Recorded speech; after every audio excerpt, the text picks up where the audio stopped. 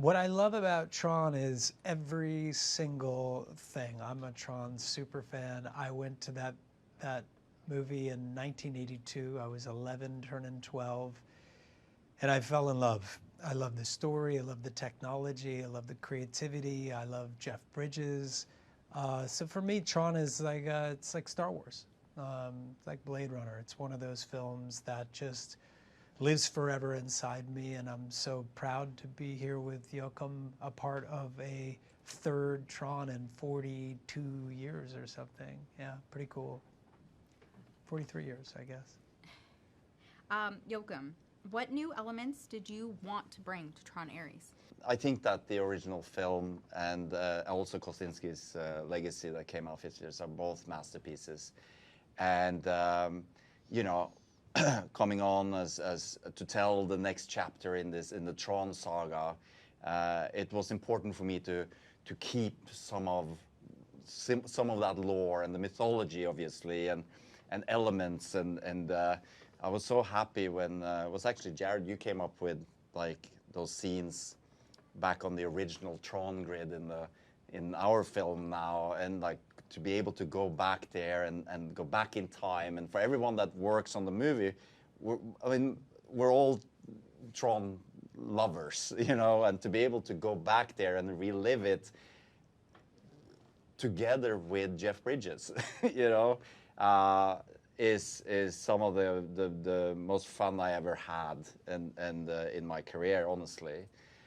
So it's that balance, you know. So what do we keep? Where do we go to the next level? Because it's also important as a filmmaker to create something original and move on.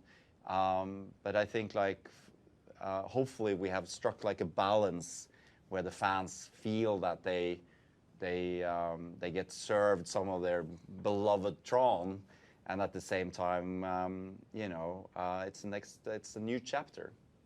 Awesome.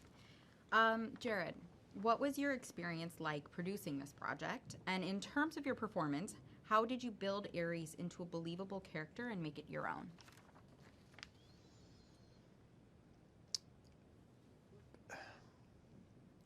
The best thing about producing the project was being able to have a voice.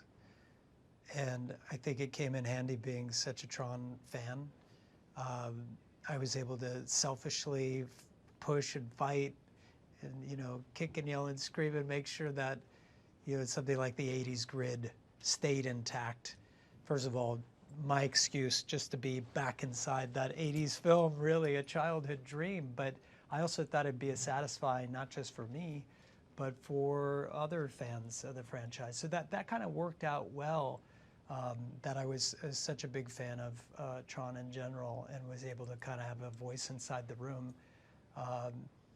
And then just to do what, I always feel like my job is just to try to help make a better movie in whatever capacity that I can. There's nothing too small, no task too small or too big. Sometimes they try to get involved with, but also to recognize great talent like Joachim, and to support Joachim, and to, you know, sometimes the best thing you can do is to get out of the way, even if you disagree, because guess what?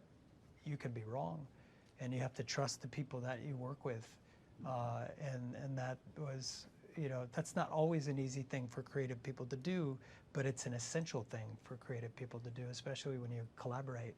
And I'm glad that I had a chance to do that here with Joachim. And, you know, it was a great big group of people who really have a lot of love for the history of this film, for the mythology. So, you know, there was a lot of synergy, and it really just kind of a beautiful experience overall.